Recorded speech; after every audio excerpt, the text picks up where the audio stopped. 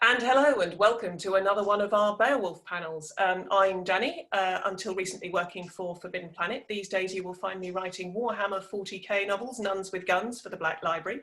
I'm also the author of the Echo series out from Titan Books and Children of Artifice out from Fox Spirit Books, and I've got a cheeky Judge Anderson novella out with Rebellion. And with me today are Handiwork Games Jon Hodgson and noted author, gamer and public speaker Lou Anders. Gents, if you'd like to introduce yourselves. Jon, you first. Hi, Jon Hodgson from Handiwork Games, and probably best known in role-playing game circles for work on the One Ring role-playing game, which is obviously big news at the moment. I worked pretty extensively on the first edition of that and on Adventures in Middle-earth, where I was creative director of the company for a long time, did all the art direction, did a lot of the art and a bunch of writing on that. But in more recent times, I'm running Handiwork Games, and we have just released Beowulf Age of Heroes for 5e. And so that's the big news with us. We're also working on A-State, which was a classic Brit role-playing game, which we're bringing back using Forged in the Dark rules, which is all very exciting, but it's all Beowulf at the moment is the big noise with us. Yep. And Lou. And I am Lou Anders. For about 15 years, I was an editor and an art director in science fiction and fantasy books. I created and ran the Pyre Books line for 10 years before I quit and became a full-time children's book author. I have a children's book series out called Thrones and Bones, which is a fantasy adventure series that I billed as The Hobbit if it had any girls in it whatsoever. And then this last 11 months, I have been working on the Thrones and Bones Norrøngard 5e campaign setting, which is on Kickstarter right now. And I've also been writing for the last 2 years. I've done several things for Cobalt Press. I've got a beginning of a small, tidy little collection of things I've done for them. And I got 2 years ago, my daughter and I got to write together for the Tales of Equestria My Little Pony role-playing game, which was a blast. Okay. So the starter for 10, there's been a lot of talk in the media recently about the upsurge in role-playing. Critical Role seem to be at the spearhead, but there's also talk about Stranger Things, about the pandemic, obviously. So do you feel that role-playing has just suddenly seen a resurgence, or has this been coming for some time? Yeah, I think it's been coming for a while. I think it definitely hit sort of critical mass around sort of 5e, as you know, the new edition of the world's favorite role-playing game being quite so accessible, and a little bit of sort of magic with the Critical Role stuff. And conversely, because you know, Critical Role being on screens and YouTube and stuff, I think being able to show people how to play tabletop role-playing games has been a real boon to it. But also people, I think in general, have been looking to move away from screens for a while. You know, not we all, but a lot of us work more and more in front of screens, and so in the specific, we had Critical Role Stranger Things. I know all my kids' classmates all wanted to know what Dungeons and Dragons was after the opening of Stranger Things, and the ease of and accessibility of 5th edition.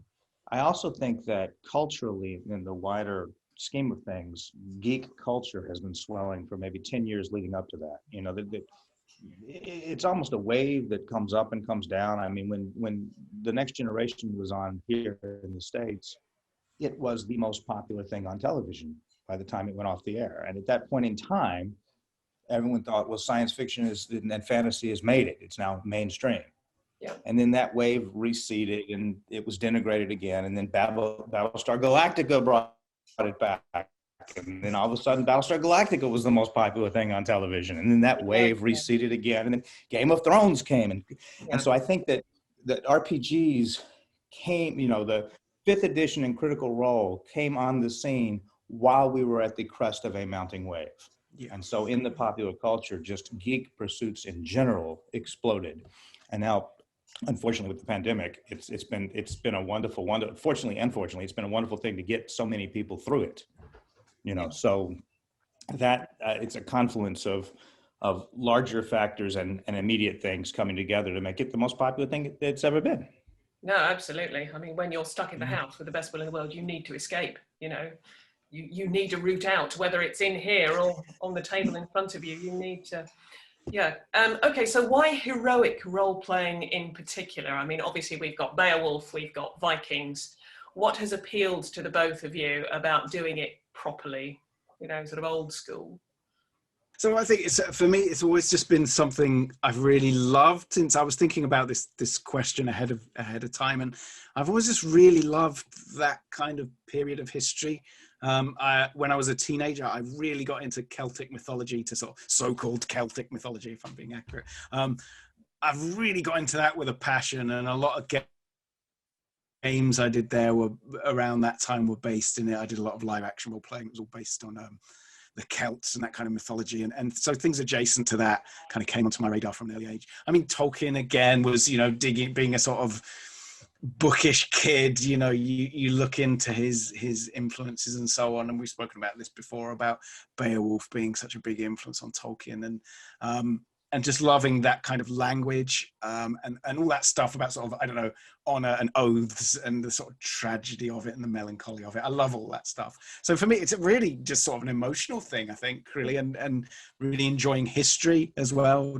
Just always been a history nerd, and being able to mix that with a little bit of fantasy and the sort of mythic stuff, and enjoying the myths of sort of that part of the world in particular. You know, yeah, it's just comes very naturally, I think. Yeah, cool.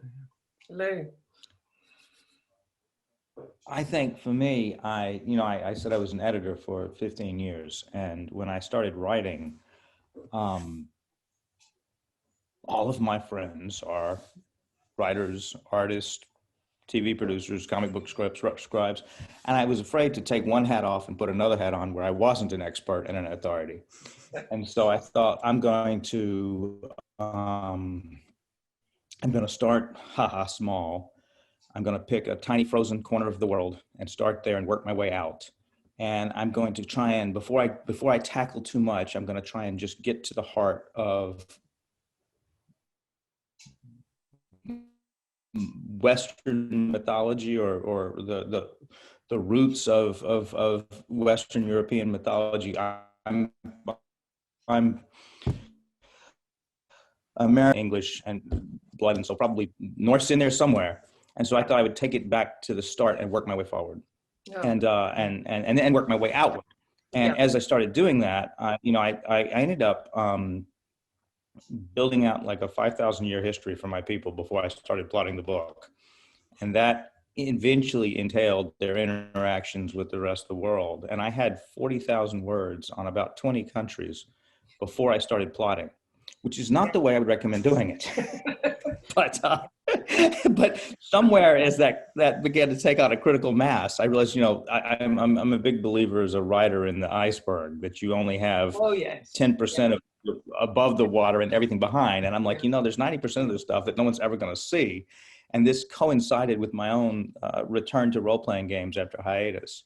And so the idea of taking this material and putting it in a campaign setting has been there for a long time. And since the first book starts out Norse, that's where the game starts out. All right, then we'll start with Lou this time. Can you tell us a bit about how you've made the 5e rules work for you? What was it about the world's favourite role-playing game that attracted you, though maybe I've just answered my own question? And what have you done with the rules to make the game work? Well, to take the second part of your question first, I actually played a Fate game set in my world for 2 years before I got back into 5e. I played AD&D, and I've jumped from AD&D to 5e, and I played a whole lot of other role-playing games in the ensuing years, but I didn't play 3rd edition or 4th edition. And I think 5e is the most elegant expression of the game, and it seems to incorporate not only the best learning from Dungeons and Dragons, but from all the other things that other games did in the ensuing years. And, it does make sense if you want people to buy your thing to make it for the most popular version of that which is happening. I haven't changed anything so much as just added things. Like one of the things that I did that I think is kind of funky is that magical resurrection in a world where a good death is seen as everybody's ultimate goal. You want to go down fighting. So why do you want to be resurrected? and have the chance of dying of old age in your bed and not making it back into Valhalla where you just were a minute ago before the cleric cast Raise Dead on you. Yeah. So I've got a mechanic where the level of the spell is contrasted against the level of the character, because presumably the gods don't mind if a second or third level character leaves and goes back and gets some more glory. But if you're trying to resurrect a 12th level character, they may be like, we don't have that many of those up here. And it gets harder and harder to resurrect someone the more the higher level they are. Perfect sense. And at the top end, there's a chance that some Valkyrie and some Einhajar may show up and come ask for him back. And John, I mean, we've talked a lot about Beowulf being duet play. I know it's been specifically designed for one GM and one PC, though it can be played by a group. But can you tell us a little more about that? Yeah, most of what we've sort of added to 5e, and again, similar to Lou, we've sort of layered stuff on top so that it's still the system that you know.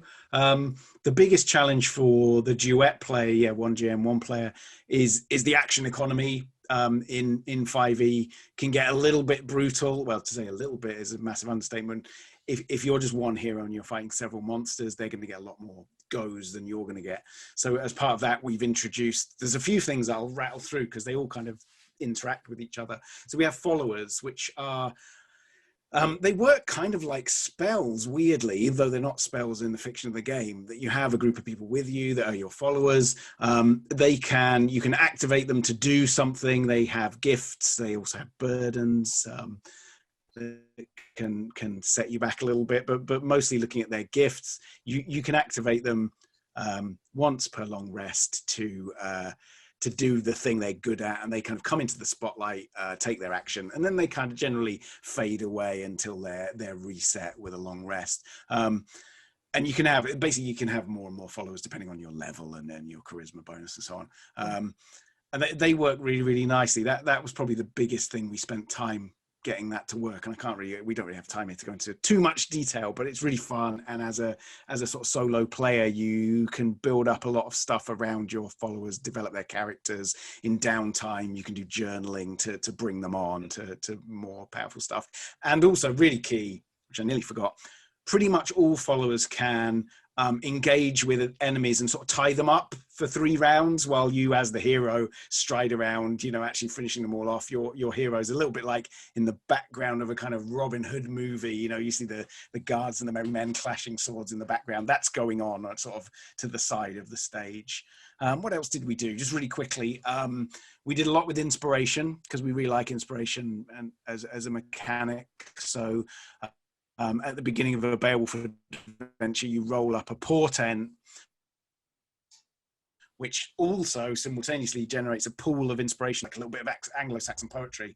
If you can reference that with what's happening in the game at the time, you can draw on it to gain inspiration at kind of any time. There's a lot more to it, but like I say, keep going quite quick. We changed alignment. Alignment is now more about whether you are of the church, so a Christian in the game, or whether you're of the old ways, so-called pagan. We took out good and evil and all that business, just because in the game you play the hero class, which is another thing we added. I don't want to go on too much. We changed armor and weapons and so on, all very thematic to the setting, and some cool stuff with social stat blocks and things like that. But I've already rattled on for too long. So yeah, lots of stuff. All right, go back to Lou for a minute. You told us a bit about your respective setting, but do you expect campaigns in your game world to be very bloody and combat based, or to revolve more around storytelling? As a GM running games, my favorite games always have the option for either in every situation, or as many situations as possible. I like it when you can look at the game and you're reading through what you're going to do, and you could see how a player could just social interaction their way through the entire thing, and how another group of players might decide to just slay everyone and get through and still achieve the end. Yeah. And so I tried to build a world that has equal parts available for social interaction way through. This is not to denigrate combat. I love combat, but I wanted to have every situation have in my game design have an opportunity for social interaction if you want it, but it's not necessary. I also like to blend humor and horror, so that the world can be funny in 1 minute and really scary the next. And I think that also lends the opportunity to go back and forth between social interaction and combat. Yeah, very cool. Right, and Jon, if you could choose to GM or to play in the Beowulf setting, which one would you choose and why? I was really thinking about this one quite hard and I'm going to sort of, in typical style, dodge the question by. I've been thinking a lot about a campaign because, the duet play thing, one player, one GM, where you just take turns. So you both, and the events happen, they're all happening in the same campaign. Mm-hmm. So you can meet the GM's character and you can, and you swap over perhaps every other session. But if I have to choose, I probably should choose. I think I'd probably play, actually. Been writing a lot of adventures and so on, so it would be a really nice break and a really good, fun thing to actually just play. And there's loads of really cool character stuff I want to try out. I've personally played maybe half of the 6 subclasses, and I would like to try them all, really. Yeah. Jon, Lou, which one would you choose? Would you GM or would you play? I think I would have to GM because it would drive me nuts if someone got something wrong. Especially since it's based on a book series I've been working on for 10 years. But also, I'm that poor guy that never gets to play. I'm always the GM. Yep. And part of that is because I love the toys and I have a huge collection of terrain and miniatures and things. I don't like the idea of lending those to anyone or not using them. But I've only played a few times in podcasts and appearances on places, and never been an ongoing player. No, fair enough. Right. Another question then to both of you. If you could, we talked about Critical Role and various celebrity role players that have been coming to the fore in the last few years. If you could role play with one person, living or dead, who would that be? And what character do you think they would play? Lou, you go first. Yeah, sorry. If I could role play with them, because what I want to do is I'd like to be a player in one of Deborah Ann Wool's games. I think she's incredible. Yeah. I was a fan from True Blood and then Daredevil before we knew she played Dungeons and Dragons. And then before she played Dungeons and Dragons publicly, she was interviewed about all the work she puts into it. And she's not a casual player. She is a really, really, really dedicated GM. No. So I would love to be at her table one day. Yeah. Jon? Cool. Yeah, this is a really hard question again, and I always feel like I'm like excluding everyone in the world except one person. Seems a bit like harsh. I just did. Yeah, it's difficult though, isn't it? It was a good answer. I think it would have to be. I'm going to sort of cheat again. I think I would love to play D&D or Beowulf with Maria Dvana Headley, who wrote our introduction, because I just think she'd be really good at it. I would love to see what she would play. I'm not going to guess what she would play. I would love to see what she picked, and I think she would do the language justice. Oh, I'm sure she would. Yeah, she'd be fierce. Yeah. But I mean, that could maybe even happen. Imagine that. Oh, that would be amazing. Maybe she should. Anyway. Yeah. Probably for another day. All right, exactly. We're coming up towards closure. But a last question to you both. We did this with John Green as well. Share one thing about your game that you're really, really proud of. It doesn't matter what it is, just you're absolutely allowed to toot your own for a minute. What are you really, really proud of? Lou? Well, aside just from the fact that it exists, which in itself feels like a colossal accomplishment, I'm really proud of what I did with Lenorms, with the Norse dragons, because in the earliest sagas they're giant snakes with venomous bites, and then you get some of them that breathe poisonous gas, and then much later in the sagas the Vikings have come in contact with more Christian. They've started reading the literature of the people they've been butchering, and Lenorms start to become more like European dragons with wings and breathing fire. Yeah. And I wrestled for a long time with how I was going to deal with that. And was I going to have 5 or 6 different categories of Lenorms? And it finally occurred to me that there's an elegant solution already baked into the mechanics, which is it's the life cycle. The wormlings are snakes.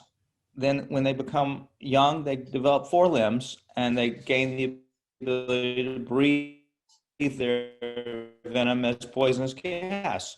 And when they get even older, they may or may not develop additional limbs. They develop wings and they learn how to ignite their gases and breathe fire.